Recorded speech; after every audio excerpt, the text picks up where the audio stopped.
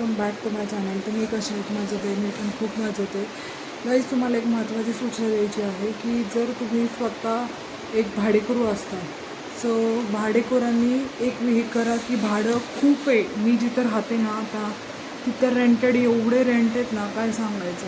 म्हणजे तुम्ही एखाद्या गरीब माणसाचा किंवा एखादा विचार केला पाहिजे की माणूस कसल्या आणि कुठल्या कंडिशनमध्ये जातो. सो तुम्ही कुणालाही म्हणाल तसं भाडं नाही सांगू शकत. 10,000 15,000.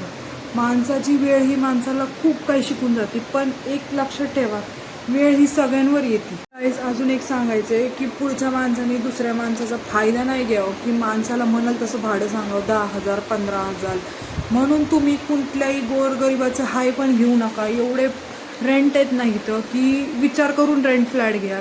एखाद्या वेळेस स्वतःचा फ्लॅट घेतलेला काही पण परवडेल, तो EMI जाईल.